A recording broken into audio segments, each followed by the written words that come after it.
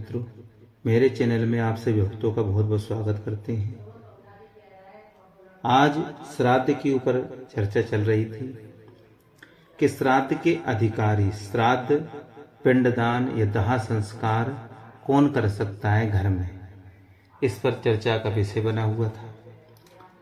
कोई कुछ कहता है, कोई कुछ कहता है, लेकिन जो शास्त्र प्रमाणिक है वह आज हम आपके सामने प्रस्तुत कर रहे हैं। देखिए, पिता का श्राद्ध करने का अधिकार मुख्य रूप से पुत्र को ही है। कई पुत्र होने पर, जैसे अनेक पुत्र हैं, 4 हैं, 5 हैं, तो कई पुत्र होने पर अंत्येष्टि से लेकर एकादशा तथा द्वादशा तक की सभी क्रियाएं ज्येष्ठ पुत्र को ही करनी चाहिए।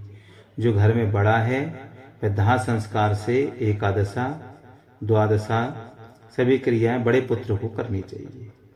लेकिन विशेष परिस्थिति में बड़े भाई की आज्ञा से, कोई विशेष परिस्थिति बन जाए जो बड़ा भाई ना हो, किसी कारण कोई कार्य में लगा हुआ हो, तो उसमें हमें विचार करना है कि किस प्रकार हमें देखना है।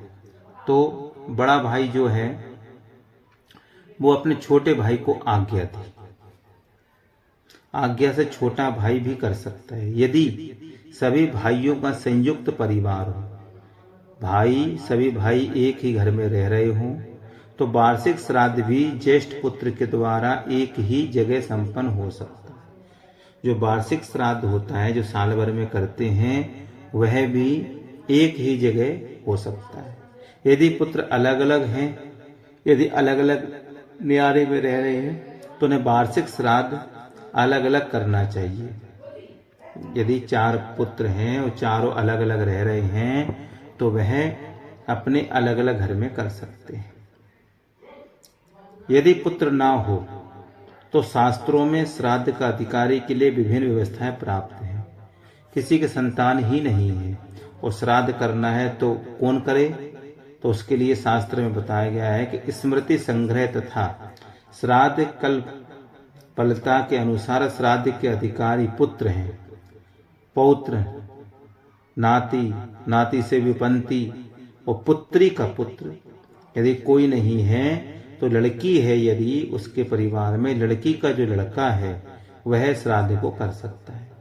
पत्नी भी कर सकती है, अथवा भाई कर सकता है, भतीजा कर सकता है, पिता, माता, पुत्र, वधू, बहन, भांजा, सपिंड। सपिंड का मतलब क्या है समझ में आई? स्वयं से लेकर के पूर्व की 7 पीढ़ी तक व्यक्ति कर सकता है। सपिंड का क्या है? स्वयं से लेकर के 7 पीढ़ी तक जो परिवार में है वह भी श्राद्ध कर सकता है, वह भी अंतुष्टि संस्कार से लगा करके द्वादशा तक कार्य कर सकता है। तथा सोदक, अब सोदक किसे कहते हैं ये भी समझिए यहाँ। तो सोदक जो होता है उससे कहते हैं 8वीं पीढ़ी से लगाकर 14वीं पीढ़ी तक के जो परिवार हैं वह भी इस अंतुष्टि कार्य को कर सकते हैं। तो आपने देखा, पहली पीढ़ी से 7वीं पीढ़ी तक और 8वीं पीढ़ी से और 14वीं पीढ़ी तक इतना बताया गया है। इनमें पूर्व के न रहने पर, जैसे अगले पृष्ठ पे देखिए आप कि बताया गया है, ध्यान पूर्वक से देखें आप। तो देखो, थोड़ा स्क्रीन थोड़ा बड़ा कर दें जिससे आपको दिखाने में कोई परेशानी ना आए। हाँ, अब आप इसे देख सकते हैं कि पूर्व तक बाद में लोगों का श्राद्ध करने का अधिकार है। कैसे? पुत्रः संग्रह, माने पुत्र, पौत्रश्च, इसके बाद तत्पुत्रः, पुत्री का पुत्र, एवं च पत्नी, भ्राता च तज्जश्च, पिता, माता, स्नुषा तथा भगिनी, भाग्नियश्च सपिंडा सोदकदस्तथा असन्निधाने पूर्वा समुत्तरे पिंडदा स्मृता। स्मृति संग्रह में बतलाया गया है कि विष्णु पुराण के वचन के अनुसार, विष्णु पुराण में बताया गया है कि पुत्र, पौत्र, प्रपौत्र, भाई, भतीजा अथवा अपनी सपिंड संतति में उत्पन्न हुआ पुरुष ही श्राद्ध आदि क्रिया करने का अधिकारी होता है। यदि इन सब का अभाव हो तो समानोदक की संतति अथवा मातृपक्ष के सपिंड अथवा समानोदक को इसका अधिकार है। मातृकुल, माता का कुल जो है, पितृकुल, पिता का कुल, दोनों के नष्ट हो जाने पर स्त्री ही इस क्रिया को करे, अथवा यदि स्त्री भी ना हो तो साथियों में से ही कोई करे, या बांधवहीन मृतक के धन से राजा ही उसके संपूर्ण प्रेत कर्म को कराए। कोई नहीं है तो जो सरकार है वह करा सकती है। पहले राजा कराते थे, लेकिन अब राजा आजकल सरकार है तो वह प्रेत कर्म वह भी करा सकता है।